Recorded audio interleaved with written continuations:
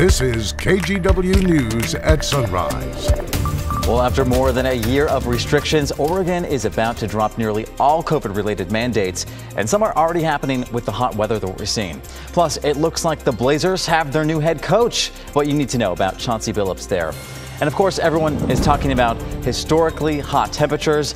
Good morning, and thank you so much for waking up with us here on this Saturday morning. I am Galen Etlin alongside meteorologist Rod Hill, and it sounds like we are already breaking some records. Well, we started. So yesterday was day one of the heat wave. We hit 95. The record yesterday was how warm it was in the morning. 65 actually broke the record in that department. And we could break that same record in that same department this morning. Here's our current temperature. We're at 70 degrees out there right now. You can see the clear skies behind the Rose City camera. And here's your day planner. 90 today. So again, this morning, right? The time of day to get out and get some things done. Certainly hot by noon, though. Forecasting 104 is the excessive heat warning for triple-digit heat starts today. And by the way, if we hit 104, today will become the hottest temperature all time in Portland for the month of June. We'll have that 7-day forecast shortly. Galen? Yikes. I would say looking forward to it, but maybe that's the wrong word. Rod, we'll see you in a few. Thank you. Now, because of all of the heat, Oregon Health Authority is suspending COVID capacity limits for movie theaters, swimming pools, and shopping malls. That all started last night and goes at least through the weekend. Now, doctors say this weekend could be deadly if people are not prepared. Our Catherine Cook has some important information about staying cool, including the right and wrong ways to use a fan. Portland's not made for this. The forecast seems untenable. It's crazy. I'm thinking I'm in Phoenix. And I've been there and I don't like it. I mean, I don't believe it, honestly. I've lived here for so long to see 1 teens in the forecast.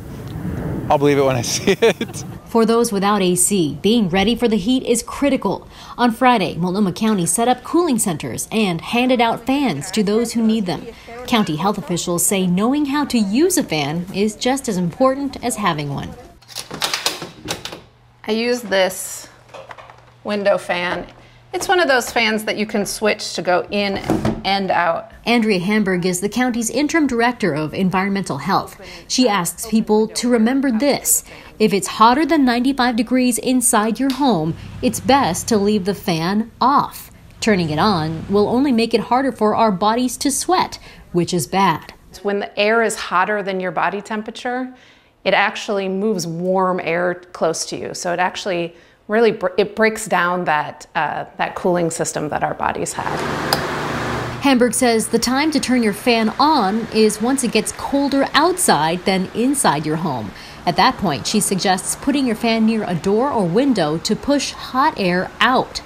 Health experts say heat stroke and heat exhaustion are real threats, especially this weekend. Dr. Ann Toledo is chief of urgent care with Northwest Permanente. She says, of course, drinking plenty of water is key. A good way to measure how well hydrated you are you peeing? To cool off without AC, she suggests taking a cool bath or shower. Make cold packs for your neck and armpits. Warning signs of heat exhaustion include muscle cramping, clammy skin, goosebumps, feeling lightheaded, confused, and nauseous. At that point, she says it's critical to come inside right away. Because a lot of young people, like me, may think to themselves, I'm young and healthy. I don't have a serious heart problem. I don't have diabetes. And so probably I'll be fine if I go to the river and drink beer for 10 hours, 2 days in a row, right? But that's not the case. So exertional heat stroke can develop within hours. And that's in young people who are active out when it's too hot. It's going to be hot. But with the right plan, it doesn't have to be dangerous. Just take care of yourself. Catherine Cook, KGW News. Now you can imagine, too, the wildfire risk is also a big concern with these higher temperatures. 5 fires popped up in the gorge near the Dalles Friday, and they all burned along I-84 near Rowena. Now about 7 acres burned, and some ground continues to smolder. The westbound lanes of the interstate were closed for an hour, and some homes were evacuated. We do not know what caused those fires just yet. U.S. wildfire managers are worried, too, about a potential firefighter shortage. They say low wages are a factor. Starting pay is $13 an hour. They also talk about an ever-lengthening fire season. The number of fires nationwide this year is already outpacing 2020. Now, U.S. fire officials are pushing Congress to take action. They want increased firefighter pay and to convert at least 1,000 seasonal wildland firefighters to permanent year-round workers. We were tracking some new developments this morning in Thursday night's deadly police shooting.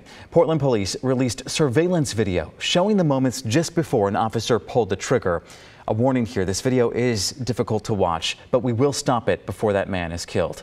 The video is from the Motel 6 on Northeast Holiday Street. The man who was killed is sitting at the bottom of that staircase. He's talking with officers and other first responders. You then see the man reach for his pocket. The officers start moving back. Then the man appears to pull out a weapon and start moving toward officers with it.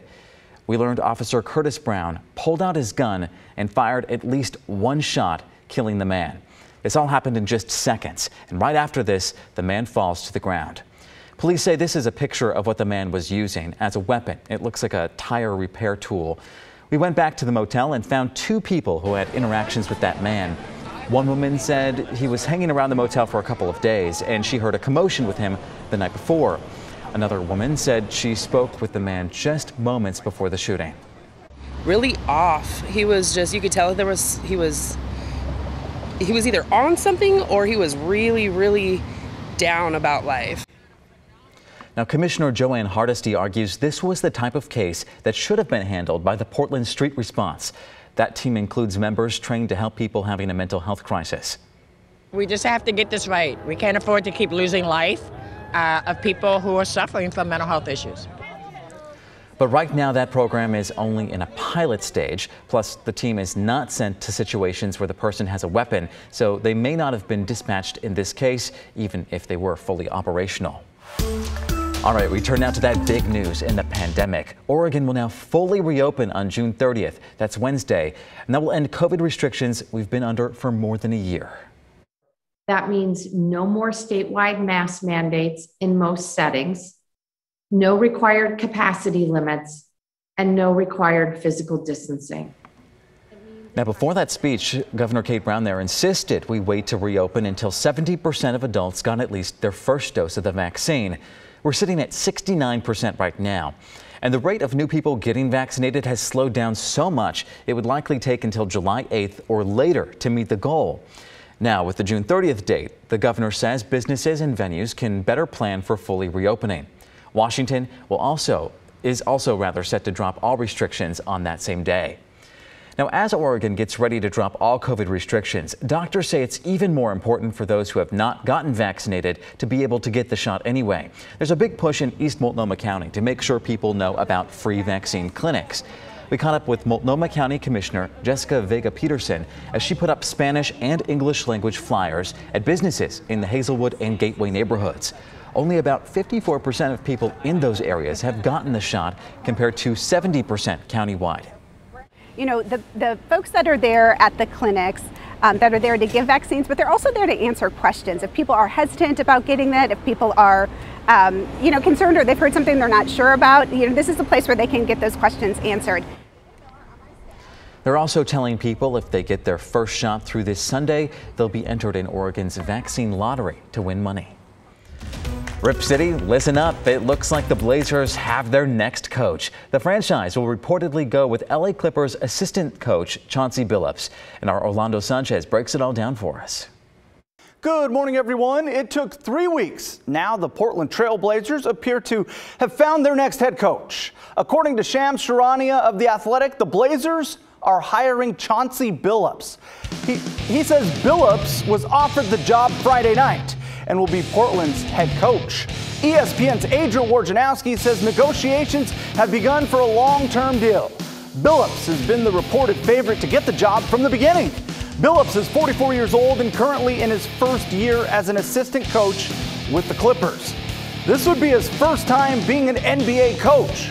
As a player, he was an all-star point guard who led the Pistons to a championship and NBA Finals MVP in 2004.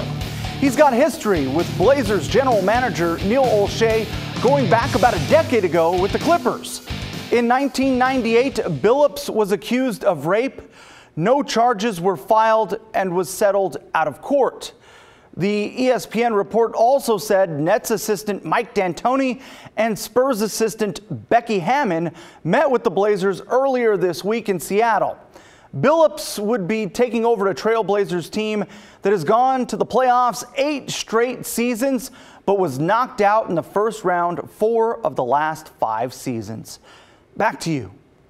Orlando, thank you. The time now is 6:10 and it is already 70 degrees at PDX. Still to come here, it is a tough weekend to dine outside in the heat we're about to experience, but restaurants are still limited on their indoor capacity. We'll see how some are changing their plans to deal with the weather.